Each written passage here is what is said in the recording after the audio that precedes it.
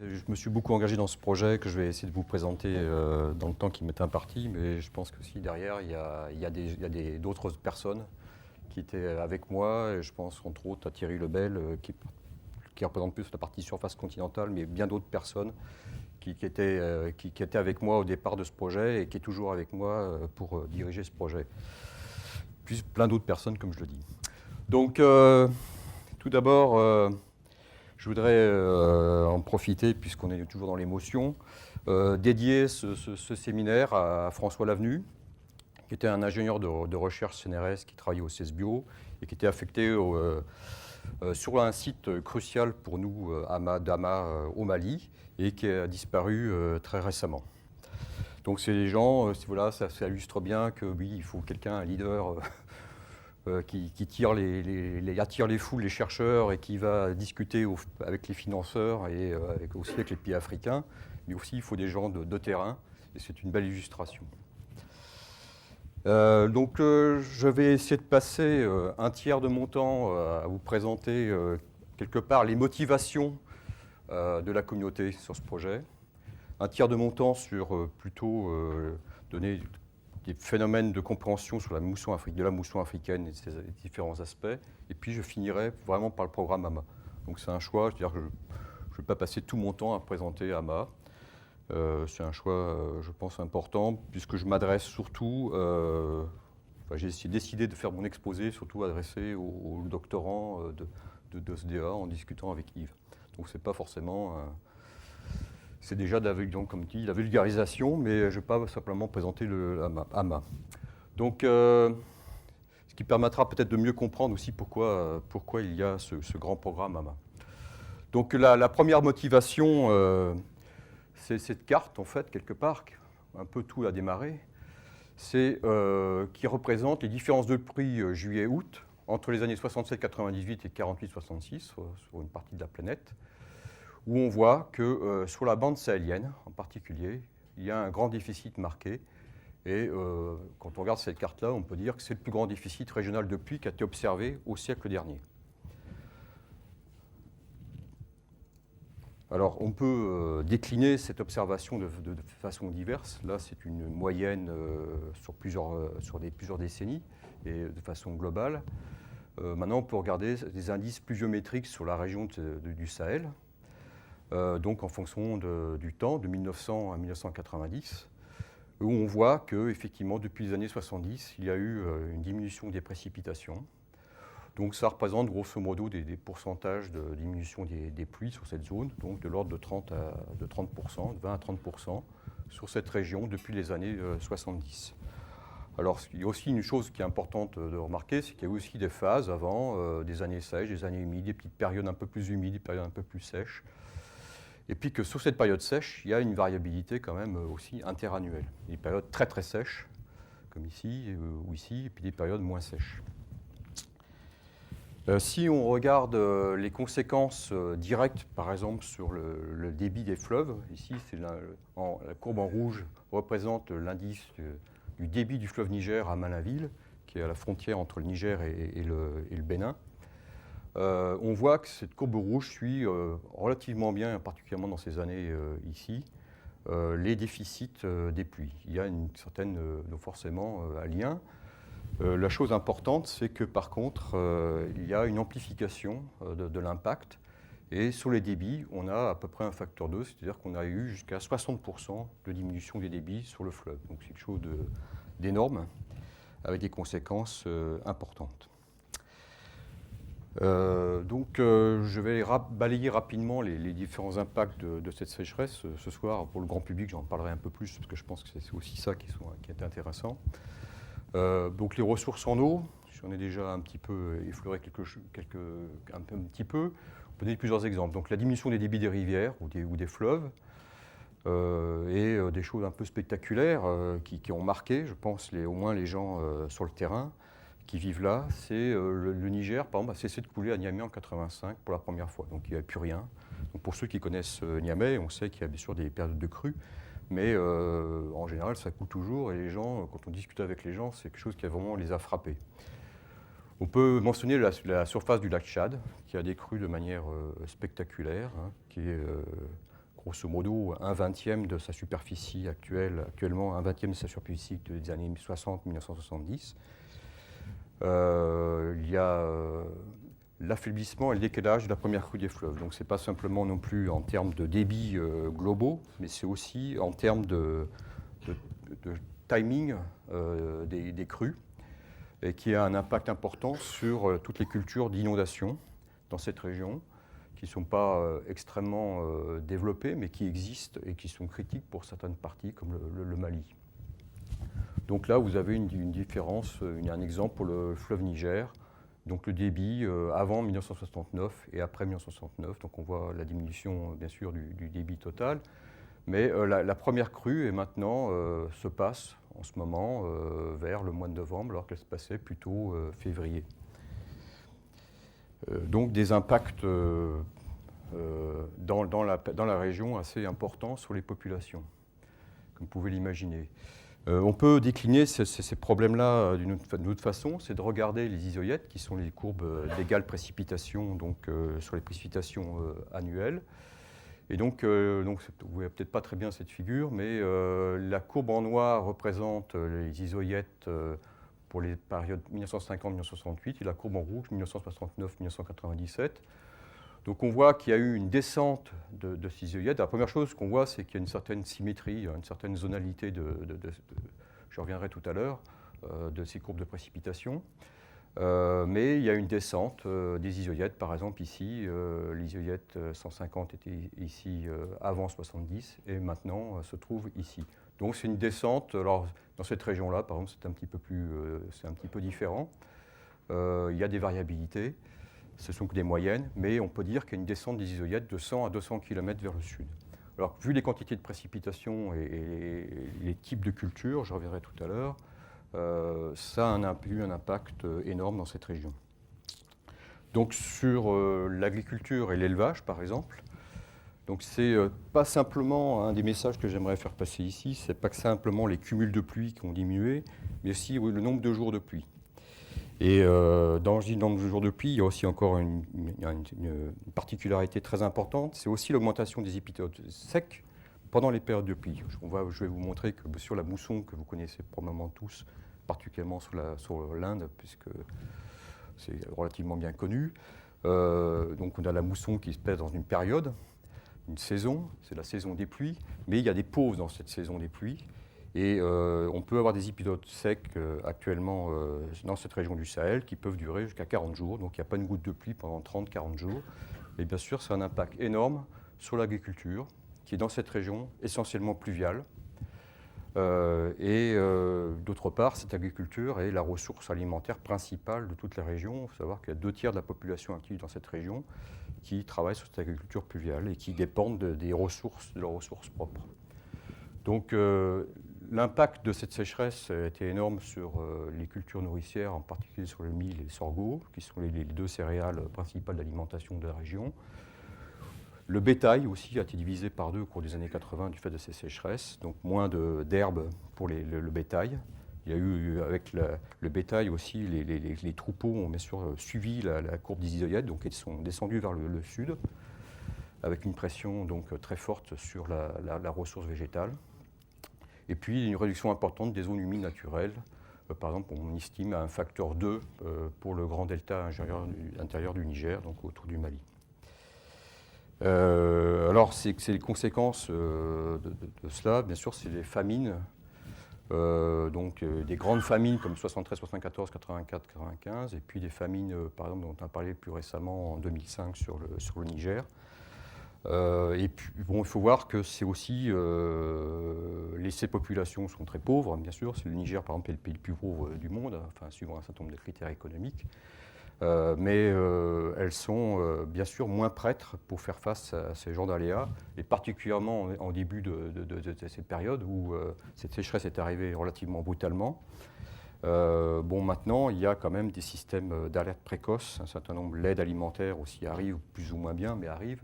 Donc c'est un impact au niveau des mortalités beaucoup plus faible actuellement. Alors tout ça, ça a eu un impact sur la société et l'économie de la région. Et bon, on peut citer un certain nombre de choses peut-être moins connues. Par exemple, la croissance économique du Ghana s'est quasiment stoppée en 1998, puisqu'elle repose sur une production d'électricité avec des barrages. Et toutes les cités côtières de l'Afrique de l'Ouest ont eu une pénurie d'électricité, avec un certain nombre de conséquences importantes. Une autre chose qu'il faut mentionner, c'est l'augmentation de la migration humaine.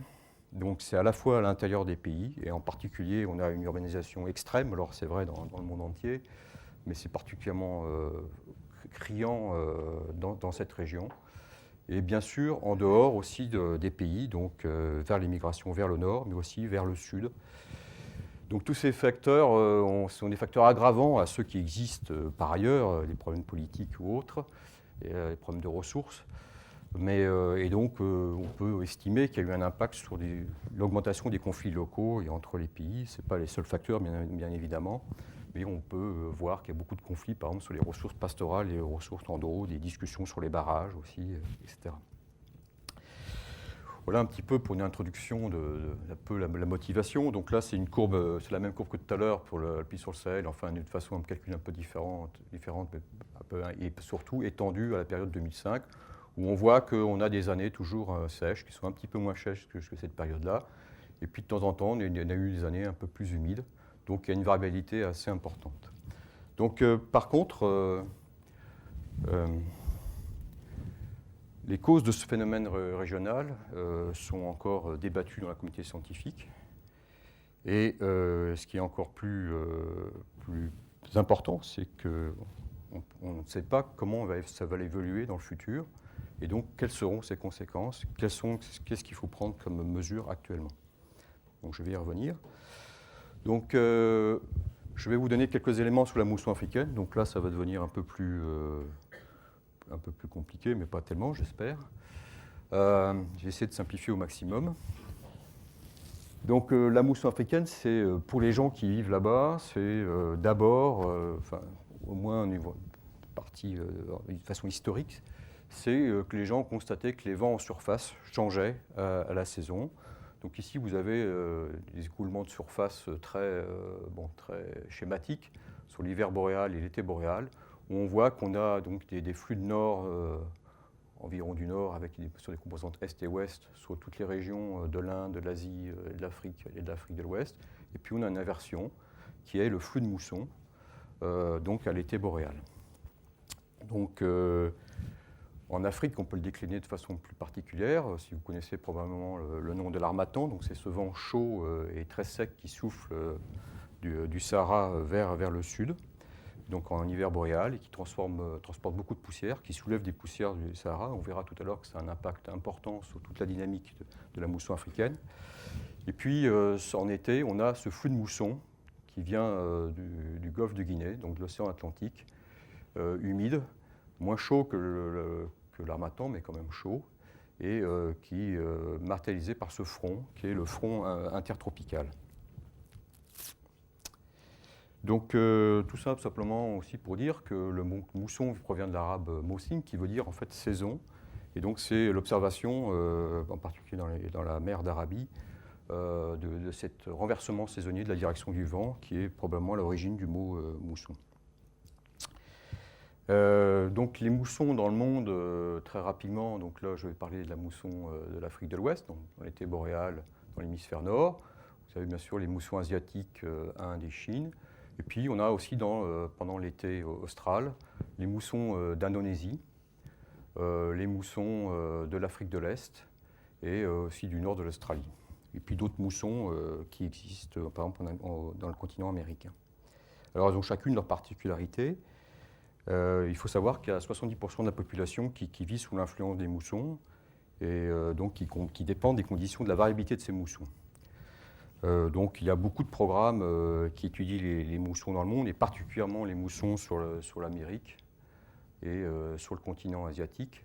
Sur l'Afrique, je pense qu'il y avait un gros manque, il y avait beaucoup de gens qui travaillaient, mais il n'y avait pas de grands programmes coordonnés sur la mousson de l'Afrique de l'Ouest.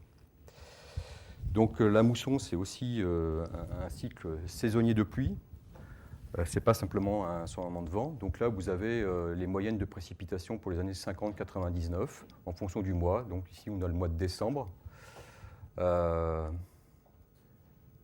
Février, donc on voit qu'ici, on avait la mousson en fait, de l'Afrique de l'Est centrale et puis l'arrivée de la mousson dans la région de l'Afrique de l'Ouest avec une montée des précipitations au mois de juillet, au mois d'août maximum, et puis un retrait de cette zone de précipitation, dont un retrait de la mousson en septembre-octobre.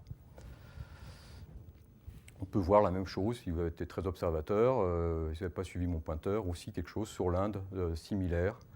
On voit la mousson de l'Inde qui arrive ici, dans ce petit coin, pratiquement en même temps. Donc là, je vais faire un petit zoom sur cette partie du Sahel. Regardez les précipitations d'une autre façon. Toujours pour bien présenter le cycle saisonnier des pluies.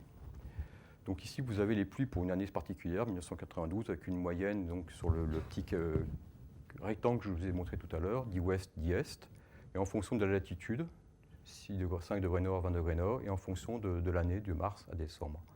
Donc on voit qu'en fait, on a, contrairement un petit peu à ce que donne l'image de la figure précédente, qui est des moyennes sur des mois, il y a à un moment donné, qui se passe vers le fin juin, un phénomène qu'on appelle le saut de mousson, qui a été mis en évidence il n'y a pas si longtemps que ça. Et donc c'est un phénomène relativement brusque qui se passe vers le fin juin. Alors la date moyenne, si on regarde, est de l'ordre de 24 juin. Bon, c'est une date un peu magique, mais il y a bien sûr des écarts types derrière. Et par exemple, en 2006, ça s'est plutôt passé vers le début juillet, disons la première quinzaine de juillet, que vers le 24 juin. Donc on a ce saut où, avec une diminution des précipitations sur la côte de l'Afrique de l'Ouest, et des précipitations importantes qui vont durer 1 à 2 mois, disons 2 mois et demi sur la région du Sahel, et avec des événements précipitants importants qui vont porter ces pluies. L'autre chose, et après ensuite le retrait. L'autre chose qu'on peut dire aussi sur cette figure, que j'ai déjà mentionné précédemment, c'est que ce n'est pas continu de pluie, comme on a un peu l'image de la mousson indienne, qui d'ailleurs représente les mêmes caractéristiques, mais on a aussi des moments de pause. Dans la mousson indienne aussi, il y a des pauses, et des pauses qui peuvent être plus ou moins importantes et plus ou moins longues. Ça, c'est vraiment des choses critiques à comprendre, à essayer de prévoir pour tous les impacts socio-économiques que j'ai mentionnés précédemment, en particulier sur les ressources nourricières. Alors, c'est aussi illustré quelque part sur cette figure, qui sont les cumuls mensuels de pluie, donc des moyennes climatologiques pour Niamey et Toulouse. Bon, Toulouse, on peut dire qu'on a à peu près des pluies pratiquement tout le temps. Bien sûr, il y a des hauts et des creux, alors vous êtes plus ou moins sensible à cela. À Niamey, c'est quelque chose qui se passe de façon très brusque, très concentrée. Et donc, si les cumuls sont un peu différents, bon, il pleut plus en moyenne à Toulouse, mais pas beaucoup plus qu'à Niamey. Mais par contre, le fait que cette répartition temporelle est très différente va avoir des conséquences extrêmes, parce que toute variabilité va impacter les populations. Donc les prévisions du temps et du climat dans cette région sont extrêmement critiques et insuffisantes actuellement, je crois qu'on peut le dire. Il y a eu des efforts qui ont été faits après ces grands problèmes de famine, mais on a vraiment à mobiliser une communauté, à améliorer les produits de prévision du temps et du climat. Je vais vous montrer un ou deux exemples pour vous montrer qu'on a pas mal de travail pour faire quelque chose qui puisse servir.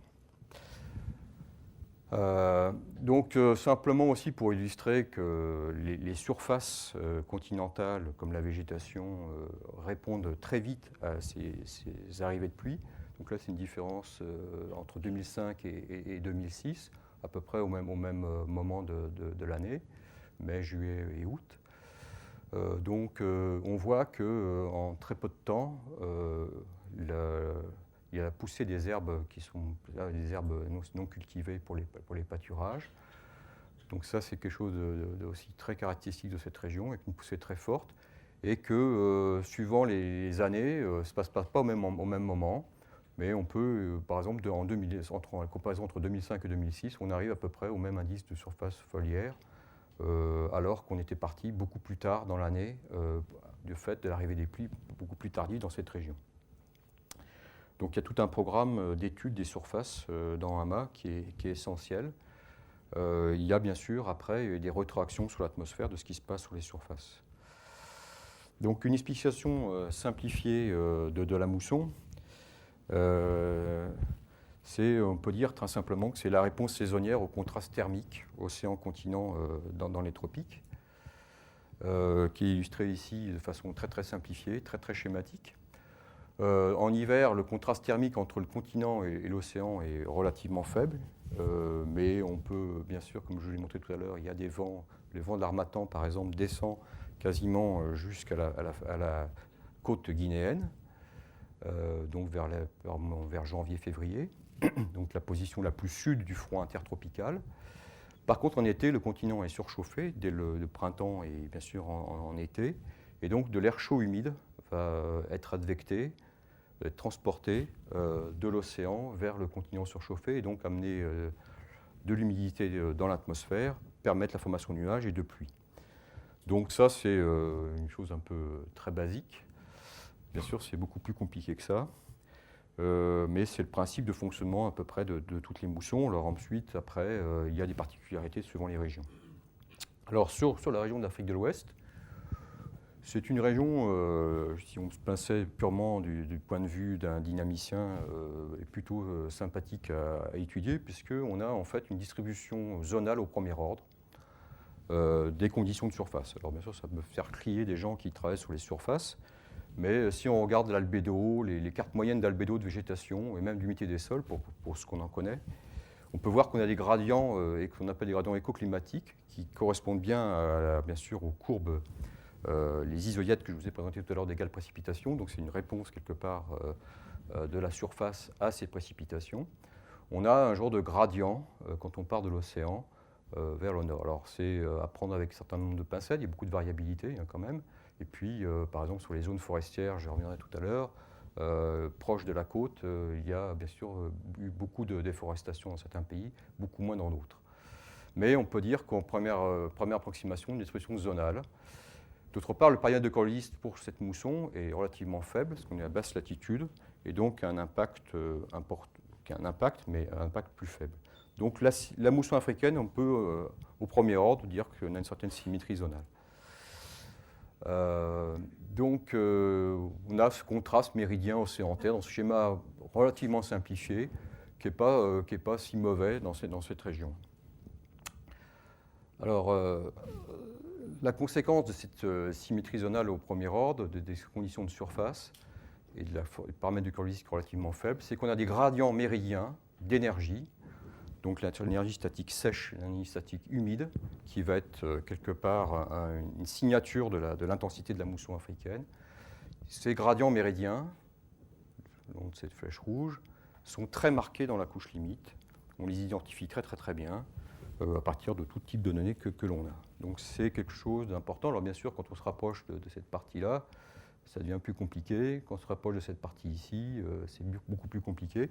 Mais en moyenne, c'est quelque chose qui est relativement solide, qui a permis pas mal de simplifier le schéma expérimental, qui est quand même compliqué. Alors, la mousson, c'est quand même beaucoup plus compliqué que ça.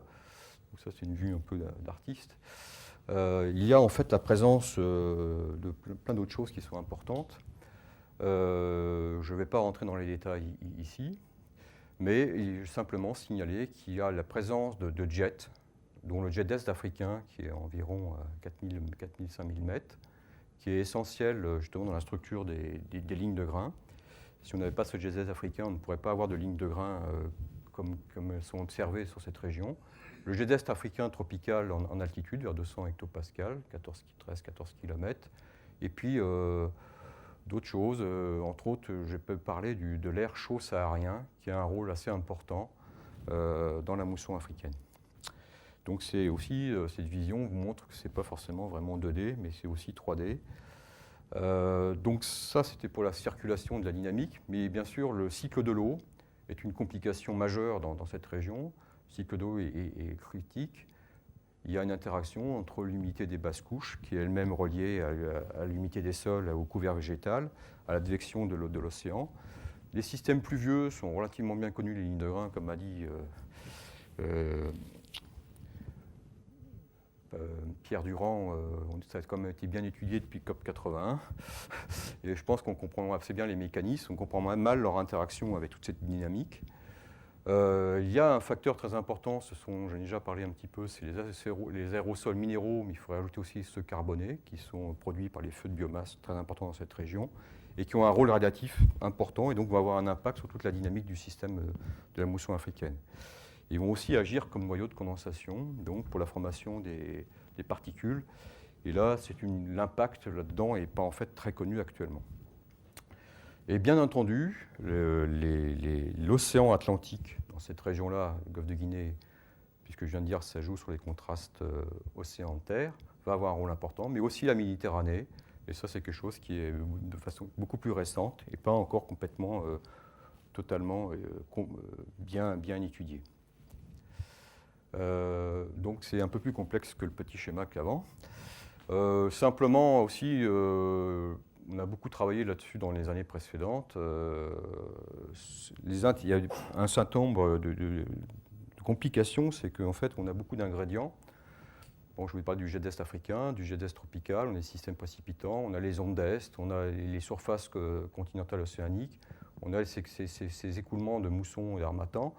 Donc on connaît assez bien toute cette partie-là, où il y a des choses qu'on connaît un peu moins bien, mais en moyenne on les connaît relativement bien. Ce qu'on comprend mal, c'est comment ce système fonctionne entre eux. Et l'autre chose que je voudrais dire, c'est qu'il y a aussi des influences extérieures. Donc j'en ai déjà parlé un peu à partir de la Méditerranée, mais il y a des influences qu'on soupçonne, des latitudes moyennes et subtropicales qui ne sont pas très bien connues, ou très peu connues. Et par exemple aussi une influence à travers la mousson indienne sur la mousson africaine qui commence à être étudiée actuellement. Donc il y a d'autres influences, on peut aussi par exemple El Niño, les phénomènes El Niño ont bien sûr un impact sur toutes les tropiques à travers les circulations de Walker qui sont les circulations zonales dans les tropiques, va influencer aussi sur tout ce système. Donc grosso modo on peut dire que on a eu des études relativement bien ciblées dans le passé, et que maintenant il faut comprendre tout ça. Et c'est donc un des défis d'AMA pour les dynamiciens. Alors simplement pour illustrer l'impact des températures de surface des océans, en été, il y a une formation d'une langue d'eau refroidie. Donc ici, c'est les courbes d'océan en couleurs, on ne regarde que les couleurs, entre avril et juillet. On voit ici une formation d'une langue verte qui correspond à des températures plus froides.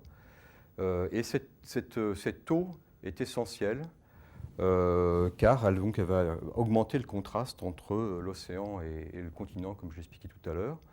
Et à la fois aussi va agir aussi sur le contenu en vapeur d'eau qui va être advecté dans le flux de mousson. Donc plus froid, plus de pluie au Sahel. La température de la Méditerranée, j'en parlais tout à l'heure, agit aussi, mais dans l'autre sens. C'est-à-dire que plus c'est chaud, plus il y aura de pluie au Sahel. Bon, ça c'est relativement bien montré, mais comme j'ai dit tout à l'heure, pas encore complètement élucidé. Simplement ici pour illustrer ce que je viens de dire précédemment.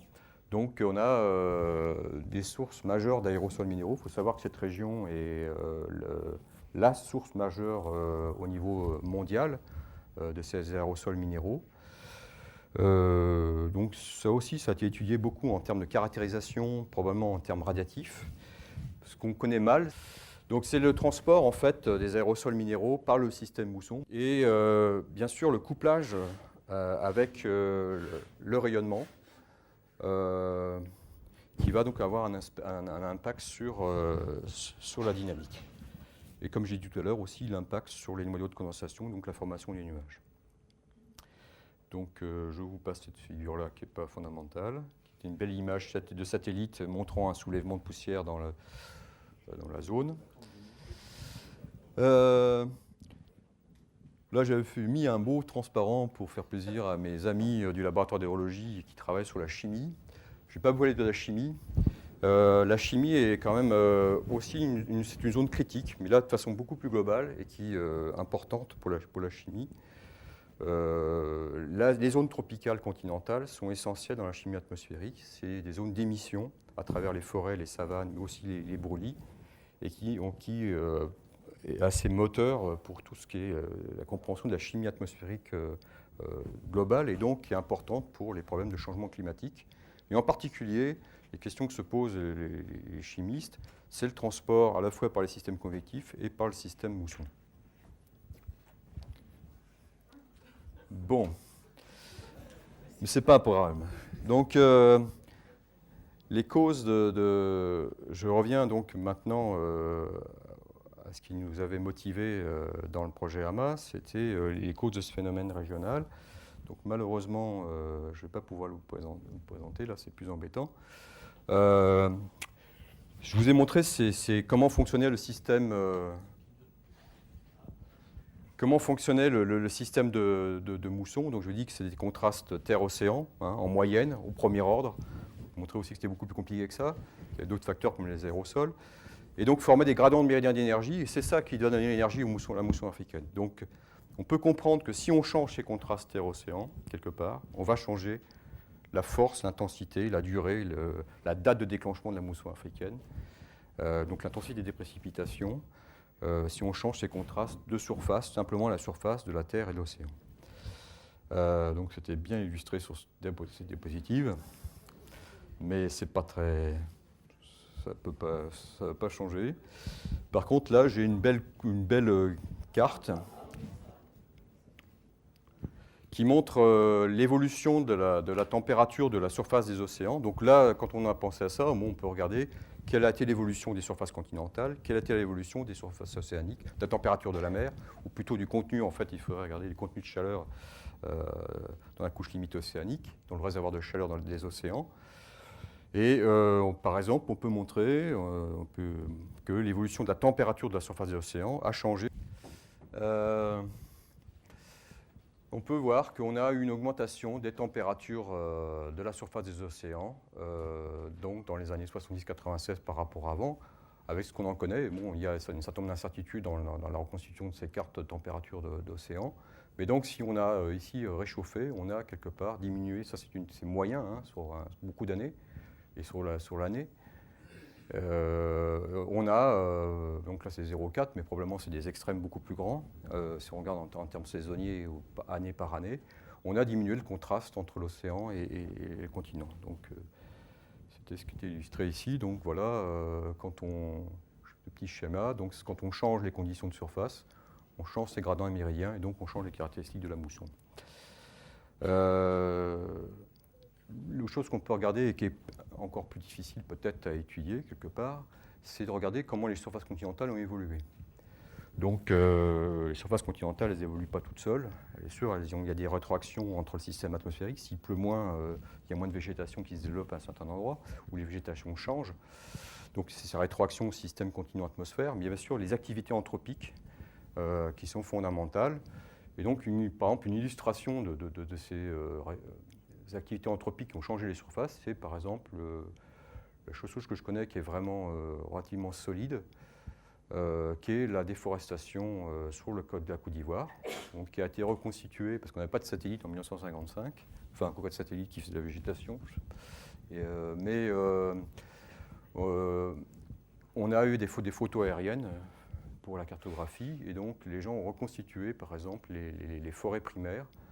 Et les couvertures maintenant actuellement de transformation de la forêt en zone agricole, on voit qu'on est passé d'à peu près de 8 millions d'hectares à 1,5 million sur la partie de la Côte d'Ivoire. Donc ça a eu forcément un impact majeur sur ce que j'ai dit tout à l'heure. Donc quelque part c'est un réservoir hydrique, il y a deux types d'actions de façon très schématique. Le réservoir hydrique est plus faible, puisque les forêts retiennent plus d'humidité.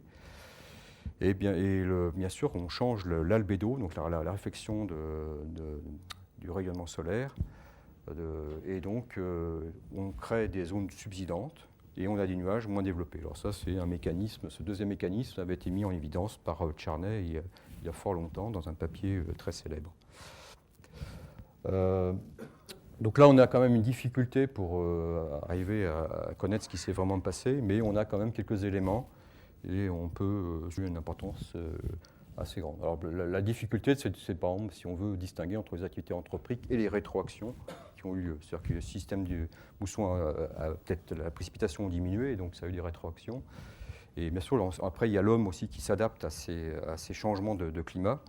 Donc c'est assez compliqué. Par contre, la déforestation, ça n'a pas grand-chose à voir avec la diminution des précipitations. Donc il y a des gens qui ont essayé de faire de la modélisation. Moi, je n'ai pas le temps de montrer, j'ai pris un peu de retard. Essayer de montrer avec des modèles, donc soit simplifiés, soit compliqués, que ces ingrédients permettaient d'expliquer grosso modo le signal. Mais je pense qu'il y a encore pas mal de travail à faire, et en termes aussi de reconstitution de données dans le passé. Alors, ce qui est aussi une motivation de Hama, c'est qu'il y a une incertitude sur les changements du régime de pluie dans les années futures. Donc ici, c'est un résultat de différence des pluies. Alors, c'est 2080-2090. J'aime pas trop, j'aurais préféré autre chose, mais j'ai pas trouvé autre chose hier pour préparer. Et les pluies actuelles, dans le cas des scénarios du GIEC qui ont été publiés récemment. Et donc ici, on peut simplement se focaliser sur cette courbe. On voit les 18 réalisations, donc il y a des modèles un petit peu différents, ou soit très différents, soit des modèles, par exemple, à des changements de résolution. On voit que, grosso modo, le gros paquet, il y a un gros paquet qui prévoit peu de changements de précipitation, et d'autres qui prévoient des augmentations de précipitation, et puis deux modèles qui se distinguent, enfin plusieurs, mais il y a peut-être celui-là aussi, qui a soit des très fortes diminutions des précipitations, ou soit un peu plus importantes. Donc à partir de là, on a du mal à tirer quoi que ce soit. Et là, encore, cette courbe-là me paraît plutôt sympathique. Mais si on regarde à la loupe les résultats pour tous ces modèles, on peut se focaliser par exemple sur ce modèle-là, donc ça c'est toujours les indices de pluie. On voit qu'ici, il y a prévue une diminution des pluies très très forte sur le Sahel, et par exemple sur ce modèle-là, une augmentation très très forte. Donc on a une grande variété. Ça veut dire qu'il y a du travail sur ces modèles, et voilà, et particulièrement sur cette région, et on peut arriver à comprendre, avec tout ce que je vous ai expliqué un petit peu avant, on peut arriver aussi à comprendre pourquoi cette région est si sensible. En particulier, l'interaction entre les surfaces continentales et l'atmosphère est critique dans cette région et probablement très mal représentée dans ces modèles. Donc il y a tout un programme dans Hama pour travailler là-dessus. Donc je vais enfin passer à Hama, et très rapidement. Si j'ai passé beaucoup de temps, c'est aussi pour, en dehors d'essayer de faire passer un certain nombre de messages et d'enseignements, c'est aussi pour essayer de vous permettre de mieux comprendre pourquoi on a lancé un programme qui est actuellement énorme au niveau international sur la mousson africaine. Donc ce programme est coordonné sur la mousson africaine, mais on étudie beaucoup sa variabilité. Vous avez bien compris que c'est sa variabilité qui est importante à comprendre et à prévoir. Ses impacts, j'en ai illustré au début de mon exposé un certain nombre. Et on essaye je pense que là on a une ambition forte, et je vais essayer d'expliquer pourquoi. On ne se focalise pas simplement sur la prévision du climat en 2090, mais sur les échelles du temps du jour à interannuel. Alors pourquoi ? Il y a beaucoup de raisons, mais une des raisons, c'est que les systèmes pluvieux, qui sont centraux avec tout ce que j'ai présenté auparavant, que ce soit sur les problèmes des populations, que ce soit dans le terme de dynamique de la mousson africaine, c'est ces systèmes le pluvieux, ces lignes de grains dont on a parlé tout à l'heure Pierre Durand, et c'est peut-être pour ça que je me suis retrouvé à la tête de cet énorme programme, parce que j'avais travaillé sur COP80 beaucoup sur ces systèmes. Donc ces systèmes pluvieux sont centraux à la fois en termes de climat. Il est essentiel de prévoir est-ce que la fréquence de ces systèmes va diminuer. C'est cela qui apporte la pluie dans ces régions du Sahel. 80 à 90% de la pluie, 80% de la pluie dans ces zones du Sahel vient de ces systèmes pluvieux organisés qui se déplacent donc d'est en ouest très rapidement et qui apportent beaucoup de pluie. Et bien, il y en a un certain nombre. Alors, est-ce que le nombre va diminuer ? Est-ce qu'ils vont devenir moins intenses, etc. Est-ce qu'ils vont être plus au sud, plus au nord ? Toutes ces questions-là sont fondamentales pour le futur. Et puis pour le jour, c'est ces systèmes-là qu'il faut aussi prévoir. Et quelque part, même pour l'agriculture, pour les problèmes d'agriculture, par exemple de plantation des semis, il est important de prévoir quand est-ce que ces systèmes vont arriver dans les régions pour savoir quelle va être la date du semis. Donc c'est les mêmes phénomènes clés du temps et du climat. Et je pense que Hama a cette originalité de regrouper des gens qui ont travaillé comme moi peut-être à l'échelle de la semaine ou du jour de la semaine, avec des gens qui travaillent aux échelles plus du climat. Donc c'est d'abord améliorer la compréhension de la mousson africaine et de son influence à la fois sur l'environnement physique, chimique et de la biosphère. Donc ça, on essaie de le faire plutôt aux échelles régionales et globales, mais ça ne veut pas dire qu'on ne travaille pas sur les processus qui se passent à des échelles plus petites. Mais c'est aussi produire les connaissances nécessaires pour relier toute cette variabilité du temps et du climat aux problèmes sociaux et économiques que j'ai cités, et essayer de définir des stratégies de surveillance appropriées dans les termes de conditions environnementales. Qu'est-ce qu'il faut observer comme paramètres pour permettre d'améliorer ces stratégies de surveillance, enfin ces problèmes de stratégie de surveillance, des problèmes socio-économiques. Et puis, à la fin, il est fondamental de s'assurer que ces recherches qui sont faites dans AMA soient bien intégrées dans tout ce qui est prévision, donc prévision du temps, du climat, mais aussi prévision, par exemple, de crise alimentaire de façon indirecte, par exemple, via l'agronomie, mais aussi des problèmes de santé. J'en parlerai peut-être tout à l'heure, mais je n'ai pas tellement le temps. Et donc, sur les prises de décision. Donc actuellement, c'est un programme qui regroupe environ 500 scientifiques d'une trentaine de pays, qui est soutenu par les grands programmes internationaux. Bon, c'est relativement important. Ça veut dire qu'on a une certaine, quelque part, pérennité de ce projet. On voit bien que c'est un projet comme ça, vu les enjeux scientifiques et les défis humains, qu'on ne peut pas faire pendant 1 an, 2 ans, 3 ans, 5 ans, mais c'est un programme à très, très long terme. J'espère qu'il y aura des gens qui reprendront la relève après moi. Et donc avec un soutien de beaucoup de personnes, beaucoup d'agences, beaucoup de tutelles en France, en Europe et dans le monde. Et bien sûr avec un partenariat très fort avec tous les centres régionaux africains et les universités africaines. Donc là je vais passer sur comment on peut monter un projet comme ça. Vous vous doutez bien que ça ne se monte pas en 6 mois ou 1 an. Donc c'est quelque chose qui a démarré, une réflexion française qui a démarré ici à Toulouse, à 10 km d'ici, il y a, je pense, en 2000. Et voilà où on en est. Donc c'est une approche pluridisciplinaire. Alors, pluridisciplinaire, c'est d'abord d'essayer de structurer ce qui existe dans la sphère géophysique. Je pense que AMA est vraiment un très beau, peut-être le plus beau exemple actuellement, je pense, de communautés qui étaient éclatées et qui travaillent maintenant ensemble. On a des océanographes, on a des gens qui travaillent sur les aérosols, des gens qui travaillent sur la chimie, on travaille sur les processus de surface, sur la végétation, l'hydrologie, la dynamique. Des gens qui travaillent plutôt à l'échelle journalière, mais des gens qui travaillent plutôt à l'échelle annuelle, ou les variabilités interannuelles. Et ça, c'était un premier, je pense, défi d'AMA qui a été relevé. Et je pense que ça, dorénavant, je pense que c'est un succès. On a maintenant des gens qui travaillaient particulièrement, même sur l'Afrique de l'Ouest, de façon complètement éclatée, et qui travaillent maintenant ensemble. Donc c'est un programme, c'est aussi un combat de tous les jours, c'est de pousser les gens à travailler ensemble et pas de façon complètement séparée. Bien sûr, il faut des études de processus très détaillées, puisqu'il y a des choses qu'on comprend encore très très mal, mais il y a pas mal de connaissances qui ont été accumulées, mais qui n'ont pas été intégrées. Donc on a essayé dans AMA de structurer ce qui existait et de mettre en place des travaux plus transdisciplinaires au sein de la géophysique. Et ça c'était déjà un bon travail des premières années. C'est un travail qui continue, mais je veux dire en termes de coordination scientifique, mais je pense qu'il va payer et qui est en train de repris, je pense, par exemple sur la mousson asiatique ou sur d'autres choses. Un autre challenge qui est, je pense, beaucoup plus grand à relever, c'est d'intégrer ce qu'on appelle la dimension humaine, et donc tous ces problèmes de ressources en eau, de problèmes de santé, de problèmes de ressources des surfaces continentales en termes de ressources nourricières, et puis tous les problèmes de socio-économiques que j'ai cités et les conséquences. Donc ça, c'est essayer d'intégrer, d'avoir une certaine cohérence à l'intérieur de la dimension humaine, mais ensuite, surtout, de faire les transferts et les liens entre ces parties. Donc c'est les gens qui travaillent, par exemple, sur la production, je ne sais pas, la production le bétail, par exemple, sur ces zones-là. Et puis les gens qui travaillent dans cette sphère géophysique et qui travaillent sur la prévision du système mousson, sur sa variabilité, c'est sur ces différents aspects. Donc ça, c'est un challenge beaucoup plus difficile, et donc, mais qui est très, très important.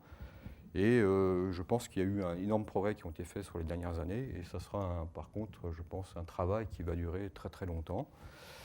pour aboutir à améliorer les systèmes d'alerte précoce. Après les grandes familles, il y a eu des systèmes d'alerte précoce qui ont été mis en place, mais qui sont loin d'être parfaits et qui, actuellement, à mon sens personnel, ne bénéficient pas de toute la connaissance que l'on a ici, de tout ce qu'on sait faire en termes de modélisation, de prévision, d'observation, ne bénéficient pas encore suffisamment à ces systèmes d'alerte précoce. Donc, par exemple, pour les liens avec la FAO, etc. Donc là, il y a un travail aussi important et où il y a actuellement pas mal de choses. Alors, je ne vais pas parler je vais parler très très vite des impacts sur la santé, je n'ai pas parlé, mais je vais quand même en parler.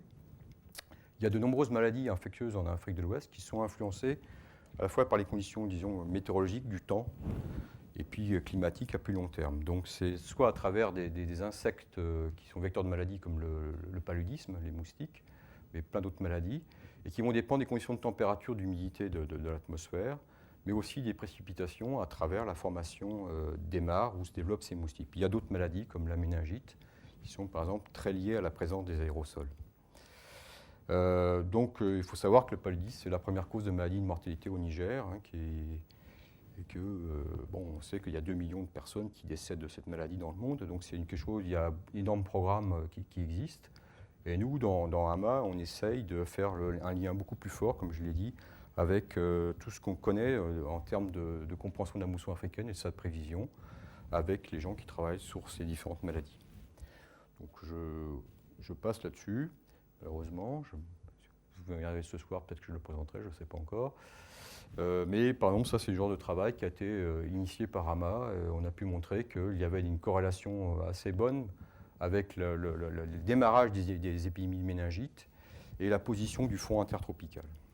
Donc ça peut permettre de réfléchir à des nouveaux systèmes d'alerte précoce.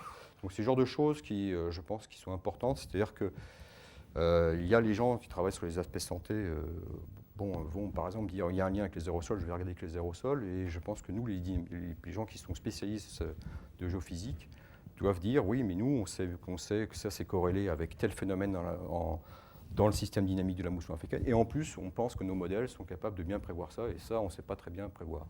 Des choses comme ça, c'est ce dialogue qu'il y a entre ces communautés qui est important et qui est absolument pas suffisamment développé à présent dans cette partie du monde.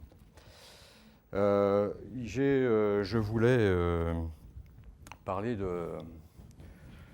que aussi il y a une approche pas simplement pluridisciplinaire mais multi-échelle. Et ça c'est aussi quelque chose d'assez, je pense, innovant dans AMA, mais qui était indispensable. C'est pas qu'on a cherché à être innovant, c'est que c'était absolument essentiel pour nous. On ne peut pas s'intéresser à ce système sans s'intéresser bien sûr aux températures de surface des océans en son ensemble et aux téléconnexions. J'ai parlé de l'influence de la mousson indienne sur la mousson africaine. Et puis en bas, on a les cellules convectives, c'est celles qui donnent la pluie et qui sont de l'échelle de quelques kilomètres, 5-10 kilomètres, et puis qui vont donner ces mares et ces végétations. On sait qu'il y a une hétérogénéité des pluies du fait de ces cellules convectives, et donc il y aura une hétérogénéité des surfaces, des réponses des surfaces, de la formation des mares, de la végétation. Et puis on a tout un ensemble de phénomènes qu'on connaît et qui se passent à des échelles différentes, et il y a des interactions d'échelles.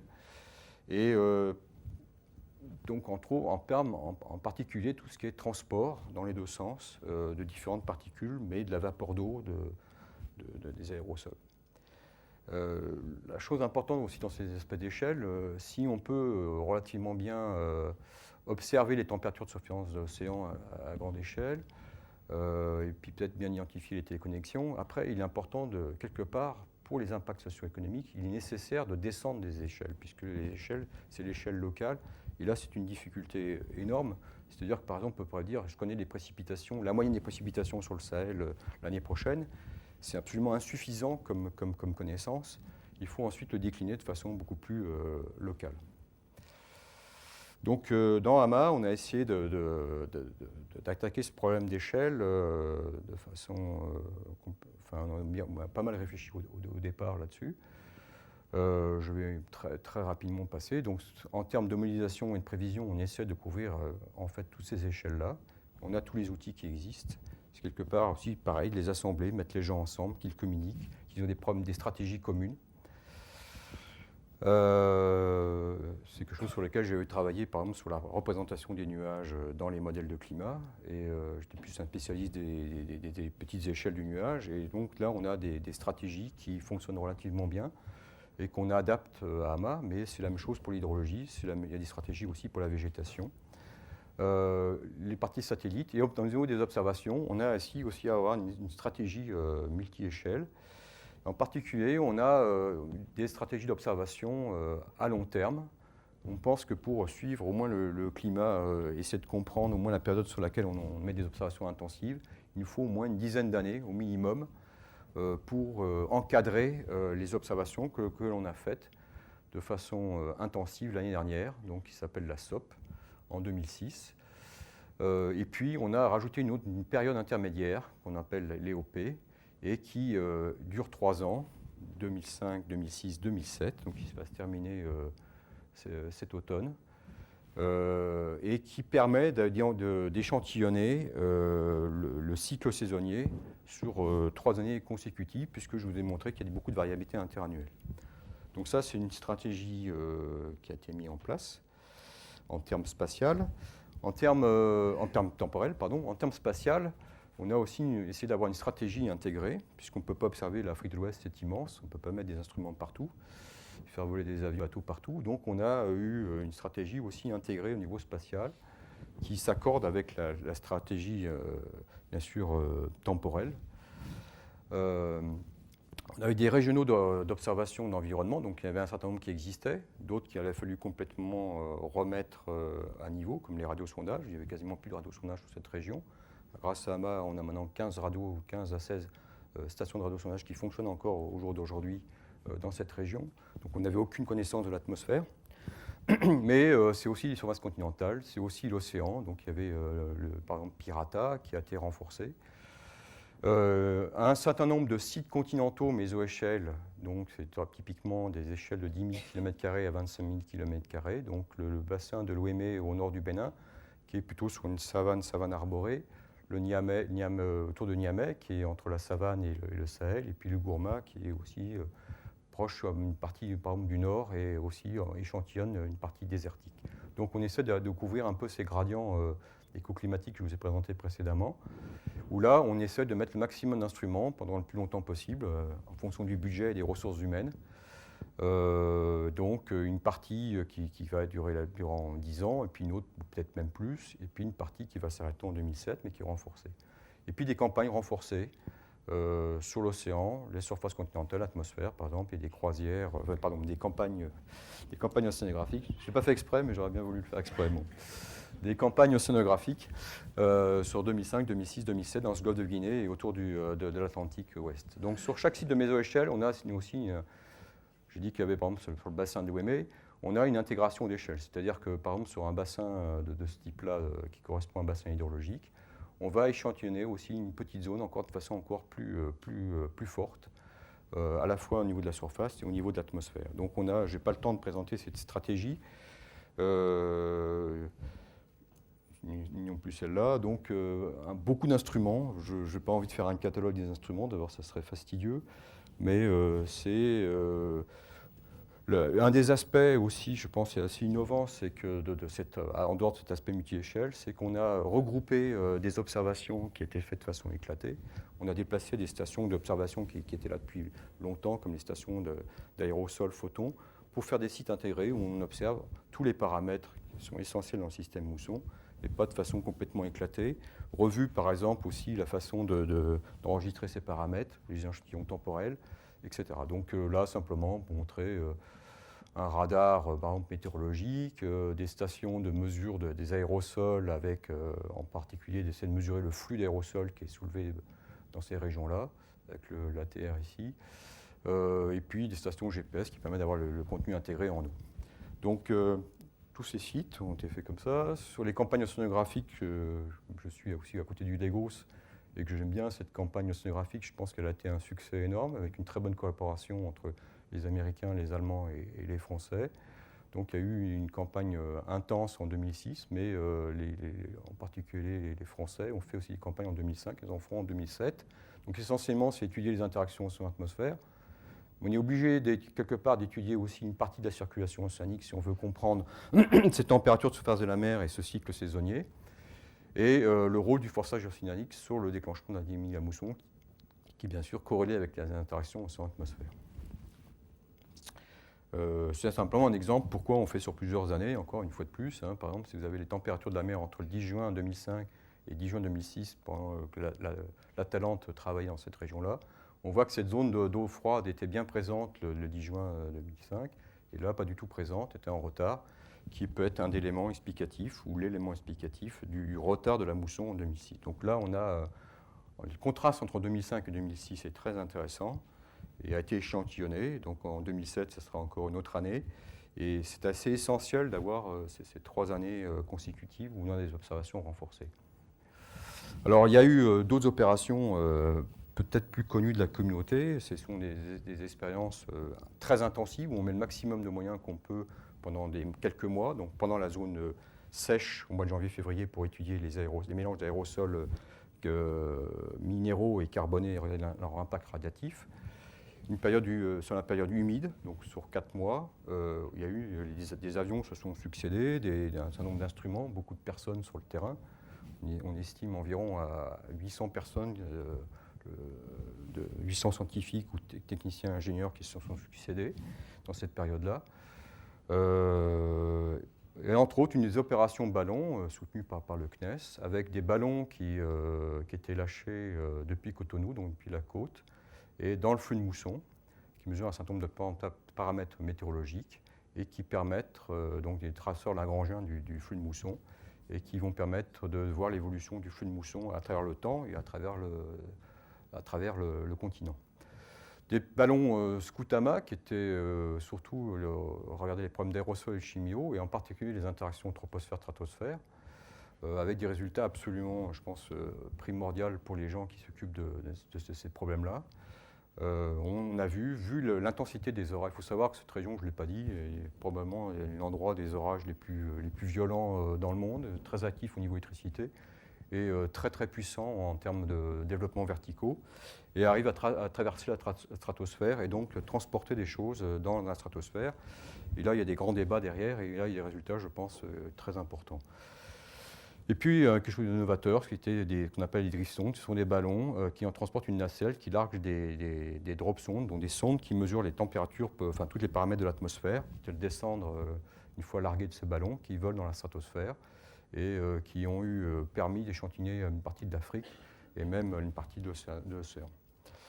Il y a eu donc jusqu'à 6 avions de recherche qui étaient impliqués, les 2 avions français, l'avion anglais, allemand et un avion du consortium européen, le Geophysica. Essentiellement, quand on travaille de façon concentrée, on se concentre sur un certain nombre de thèmes qui nous paraissaient critiques et qui pouvaient être étudiés avec ces avions. Ce sont les interactions surface continentale, atmosphère, océan. J'ai bien compris que c'est quelque part, c'est un peu le cœur de toute la problématique de la mousson. Une partie sur la dynamique de la dépression thermienne saharienne dont j'ai peu parlé, qui est sur le Sahara et qui, quelque part, bloque, a un rôle important dans la mousson africaine. Les interactions entre les différents écoulements que je vous ai très rapidement montrés, le transport des aérosols des espèces chimiques, donc du soulèvement des aérosols ou des émissions des espèces chimiques jusqu'à son transport par la dynamique du mousson et via le transport par ces gros orages comme les lignes de grains. Donc ça, j'en ai parlé tout à l'heure, donc les aérosols minéraux et carbonés. Donc ça, c'était essentiellement au mois de janvier-février.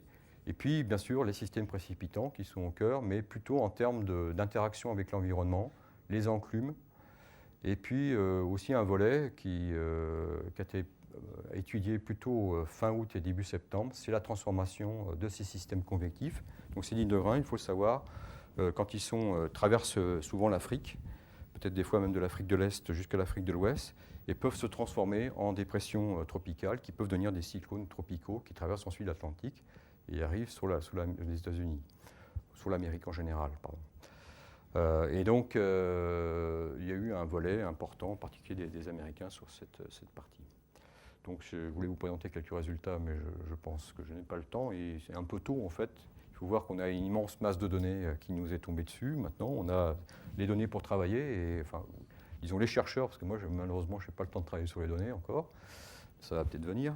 Donc il y a une énorme masse de données et donc les travaux commencent les travaux qui commencent à être publiés, mais il faut voir qu'on en a environ pour 5, 10 ans, 20 ans, peut-être 30 ans, je pense. Dans 30 ans, je pense, on utilisera encore les données d'AMA. Il faut savoir qu'actuellement, par exemple, les atmosphériciens utilisent toujours les données de GET, qui sont de 1974-1975 dans cette région, parce qu'ils n'avaient rien d'autre. Et donc, à part COP80, mais qui était complètement spécialisé sur les systèmes précipitants, en termes de dynamique de l'atmosphère, on n'avait quasiment pas de données depuis là. Donc, c'est une région qui n'est pas facile, de toute façon, d'étudier pour mettre en place des instruments. C'est une région pas toujours stable politiquement, etc. Et on travaille dans des conditions quand même relativement difficiles. Et c'est aussi peut-être une des raisons. Bon, peut-être quelque part, il y a un désintéressement de ce continent au niveau de la communauté scientifique. Je pense que AMA a permis de relancer tout cela et va créer une dynamique. Donc, je conclus. L'approche, pour dire que vous voyez bien qu'il y a beaucoup d'aspects disciplinaires qui peuvent paraître un peu dispersés. Bon, vous voyez bien le lien peut-être, j'espère vous passer le lien entre toutes ces composantes.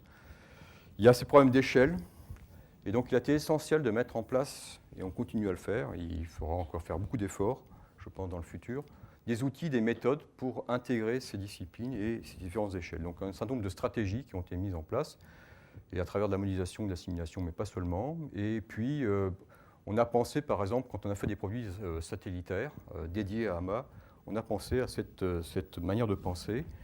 Et je vais simplement l'illustrer ici. C'est, par exemple, c'est intéressant.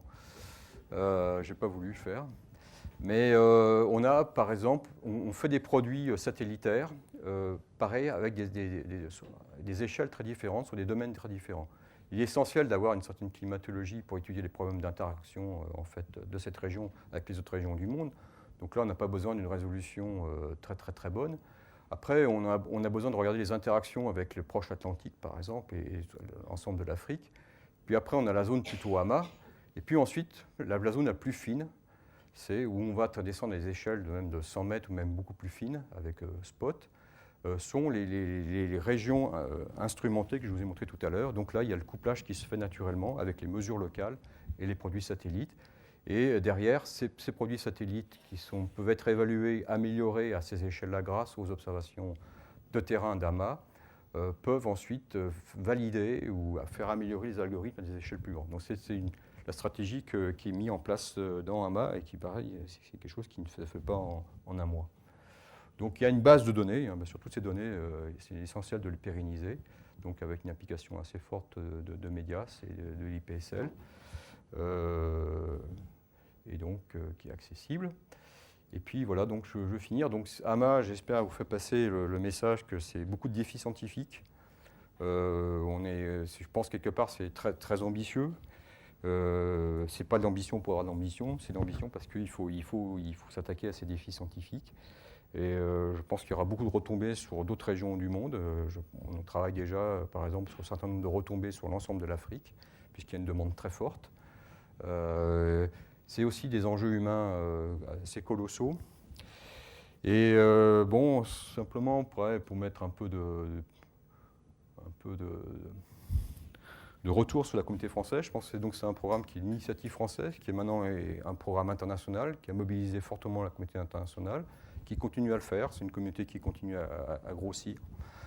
Elle va sûrement diminuer aussi par une certaine partie. Il y a des gens qui vont peut-être changer d'expérience sur d'autres choses, mais il y a plein de gens qui rejoignent AMA et, au niveau international. Et c'est aussi, on a réussi à impliquer à la fois des géophysiciens de disciplines très différentes. Bon, c'est la première grande expérience, à ma connaissance, océan, atmosphère, continent de cette envergure-là, qui aussi intégrait tous les aspects, aussi aérosols et chimie. Et des chercheurs qui travaillent sur les impacts sociétaux. L'autre message que je veux faire passer, que c'est donc que j'ai déjà fait passer, c'est un programme à long terme, et je ne sais pas à long terme ce que ça veut dire, mais probablement plus de 10 ans. Merci.